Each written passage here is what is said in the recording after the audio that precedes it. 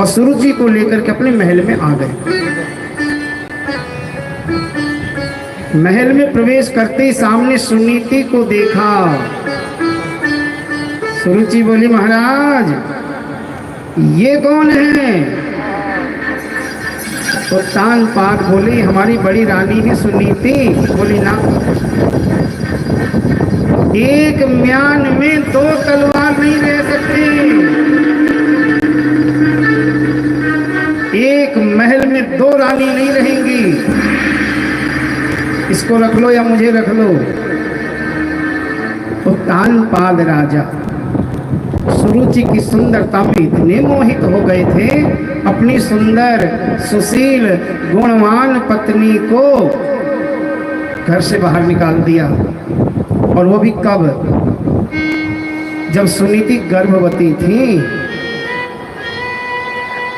और जब स्त्री गर्भवती होती है ना, उसको अपने पति के सहारे की जरूरत होती है, क्योंकि स्त्री जब बच्चे को जन्म देती है ना, केवल उस बच्चे का जन्म नहीं होता, खुद उस स्त्री का भी जन्म होता है। इतनी पीड़ा, इतना कष्ट सहती है वो बच्चे को जन्म देते समय। लेकिन उसके पति अगर उसके आसपास हैं, फिर वो हिम्मत नहीं हारती। उसे पता मेरे पति मेरे साथ हैं। तो तानपाद राजा ने विचार नहीं किया, निकाल दिया घर से। लेकिन सुनीति की तो सोच बहुत अच्छी है, घबराई नहीं। पास में एक छोटी सी कुटिया बना ली, वहीं अपना बैठ के भजन करती हैं। कहीं कथा होती है, सत्संग होता है, कोई भी संत महात्मा आते हैं, जाती हैं वहाँ, उनके चरण छूती हैं, आशीर्वाद लेती हैं संतों के। कथा सुनने के लिए सबसे आगे बैठती हैं, कथा सुनती हैं।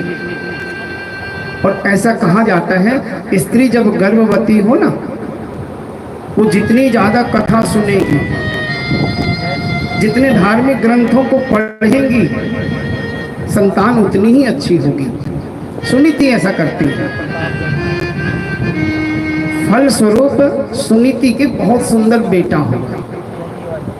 और बेटा इतना सुंदर, कहते हैं ना, होनहार बिरवान के लखत चीकने पात। जो पौधा होता है ना, पौधे के पत्ते बता देते हैं बहुत होनहार वृक्ष बनेगा।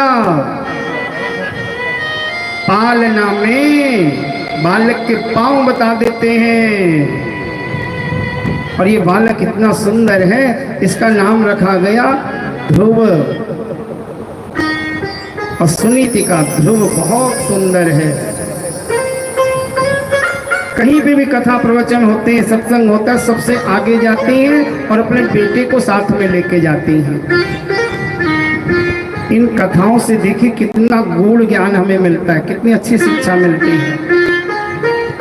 सुनीति खुद जाती हैं और अपने बेटे को ले जाती हैं कथा सुनाने के लिए, क्योंकि बचपन में जो संस्कार आ जाएंगे ना, वो जिंदगी भर मिट नहीं सकते। फिर संतों के चरणों में बेटे को लिटा देती हैं और कहती हैं, बेटा जो ब्राह्मणों के चरणों में लेट के दंडवत प्रणाम करता है ना, परमात्मा कभी दंड नहीं देता उसको। बड़ों के चरणों में दंडवत करना चाहिए। ध्रुव जी ऐसा करते हैं, लिटा देती हैं ध्रुव को चरणों में। एक दिन संत कथा सुना करके उठे, सुनीति ने अपने बेटे को चरणों में लिटा दिया और खुद भी प्रणाम किया झुक के।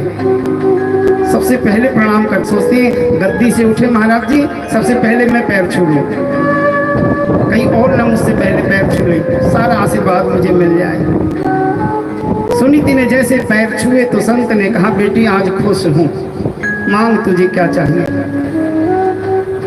बोली, महाराज मेरा बेटा बहुत अच्छा है, ये भी भगवान का भक्त है और इसके सहारे जी लूंगी, कोई कमी नहीं जीवन में। संत ने कहा, फिर भी मांग बेटी, आज व्यास गद्दी से उठा हूं, जो मांगेगी जरूर मिलेगा, मांग। वहारी सुनीति क्या मांगा?